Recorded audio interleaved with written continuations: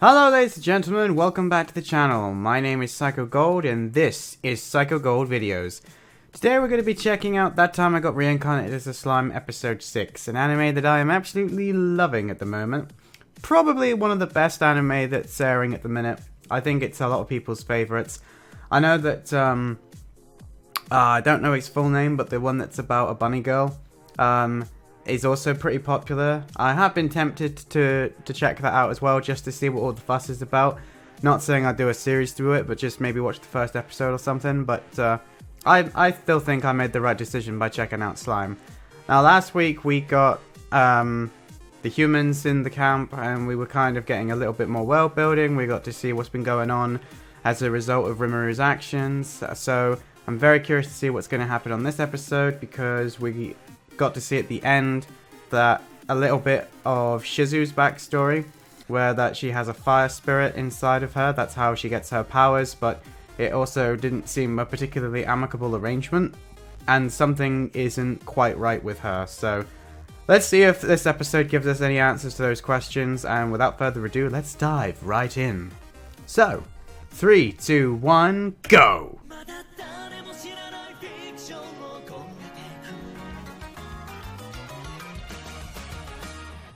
And here we go. Oh! So this is the guy who managed to summon her on his own without the help of all the other wizards that allegedly is needed to do a summoning. So he's obviously pretty powerful. And become the Demon Lord? Okay. This is a fine opportunity to test the girl.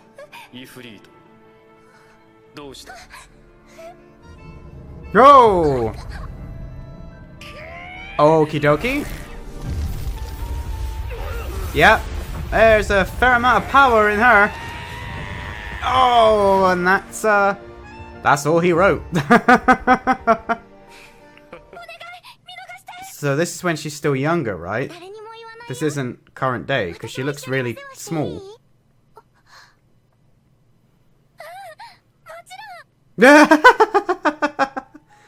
So is this thing like a monster? Like they're not supposed to take care of it? Oh, okay, I thought when she named him he was gonna have that little activation sequence and... Oh, nope, I was right. There we go. Why? He really doesn't like him, does he? Oh wow, it's like her programming just kicked in and was like... Oh, wait, what?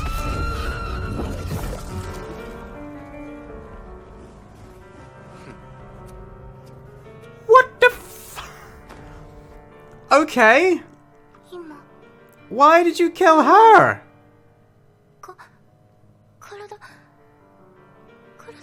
Right. Never mind then. That's the end of her. Well, yeah, I can understand having nightmares about that. Oh. So are the other humans still at the camp then? Oh, what the hell? Oh, this is what we saw happening. So is it the fire spirit trying to take back control? Or is it something else that's happening? The wolf bowing his head there. I am good doggo.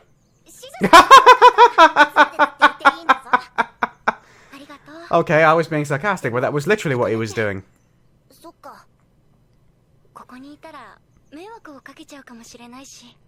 Oh, that doesn't matter. Trouble finds Rimuru wherever he goes. Uh-oh. Why did she stop?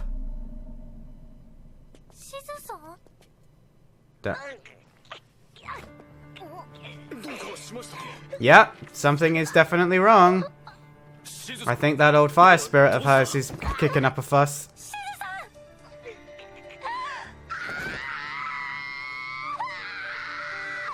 Oh, the mask is breaking. So was I right? Was the mask something to do with what's been holding it back? It certainly looks like it. Oh! Oh, yeah! Just a tinge more power than she was letting on.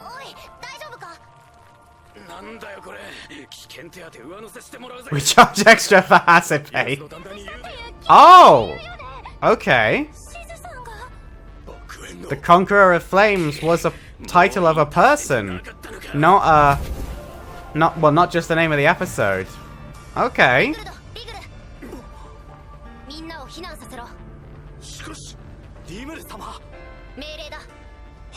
That is an order. Yep, no problem. On it, boss. The demon is very much back in command, even though she's crying underneath. Oh, whoa. Okay. After 10,000 years, I'm free. Oh my lord, he's so destructive. Hey Rimuru, stop holding back your... Oh. Okay, so he has funny pet dragon things. We just built that! You gonna say your water blade should be pretty good against fire demons.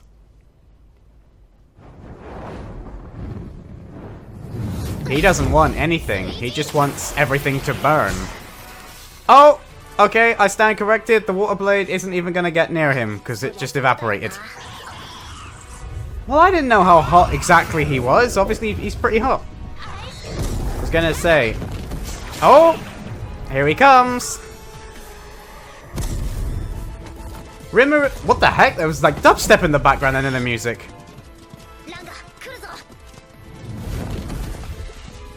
Why don't you transform into your own big wolf form and use black lightning?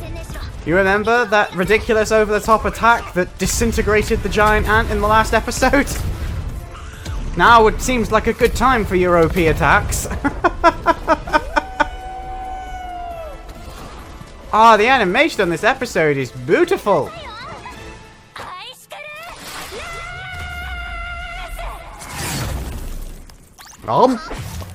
He is just like Kirby. Is he like leaving little trails of icicle lances? Hellzone grenade! Icicle shotgun! Damn! Very nice! I like it! Everybody's like, wait, but, oh, okay. Don't worry. I have not yet begun to fight. Okay. So he can summon duplications of himself? Are they just as powerful? Oh wow, he's so hot that he's melting the ground that he's floating on. That's impressive.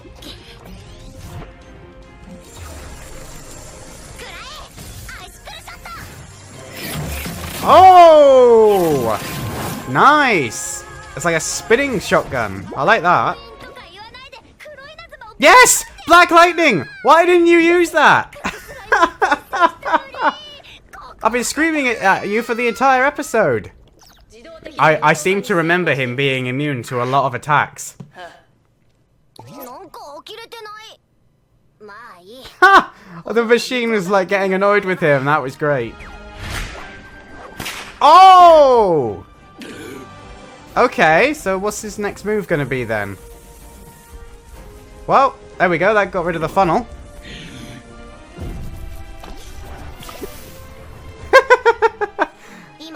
Did you just do something to me? Love it. Okay.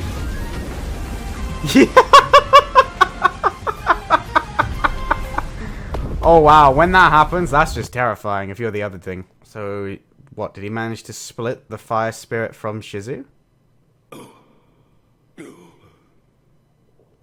Ha! Ha ha ha!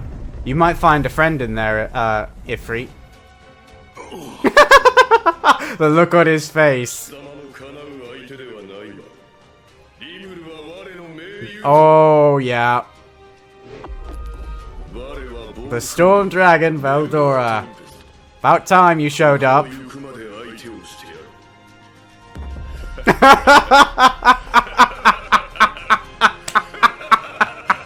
Oh, that maniacal laughter. Because wasn't it that spirit that sealed Veldora away? My turn. What? Ah. Well, there you go, ladies and gentlemen. That was That Time I Got Reincarnated as a Slime, episode 7. I think. yeah, episode 7. I really enjoyed that episode. It was maybe the first time I think we've had an episode that was, what, 90% fighting? We got the flashback at the beginning. We got a really depressing flashback at the beginning. And we got to see what life was like for Shizu with the fire spirit, the Ifrit, always taking control. And, you know, she is essentially a slave in her own body, which, as she said, she's been alive for decades, so she hasn't exactly had a very pleasant life.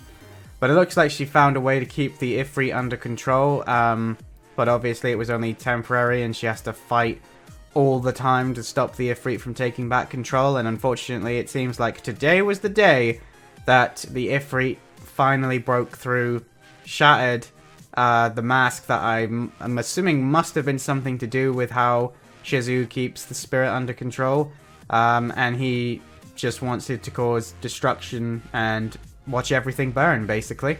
What I really like, though, is the fact that we also got a hint that the other three knew her and that she was part of their guild. Is that what they were saying? And that the Great Hero was originally, you know, from their guild. But they also seem to already know that the Great Hero had Ifrit within her.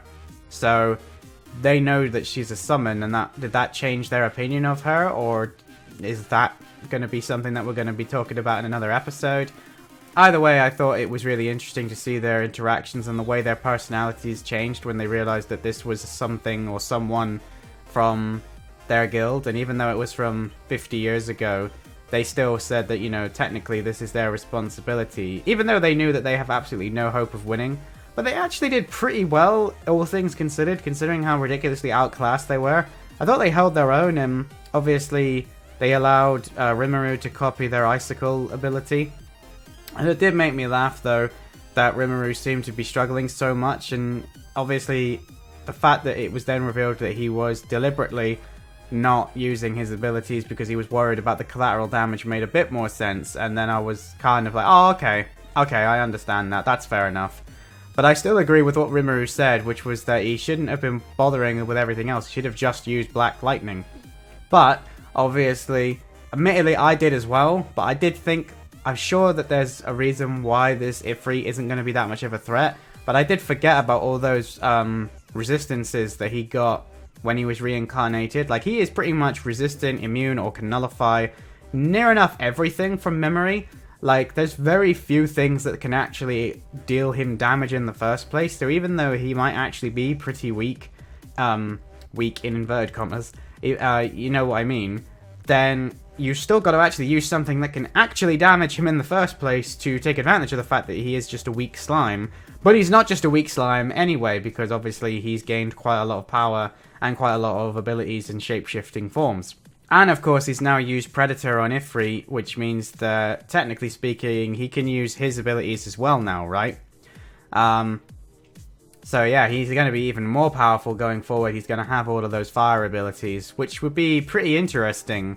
And I'm looking forward to seeing him, you know, start to master all of his different abilities. I also like the fact that he evacuated everybody else. He was very much aware of the fact that, you know, fire and their wooden structures in the middle of a forest, that's not a good combination. Get everybody as far away from here as you can, and they did.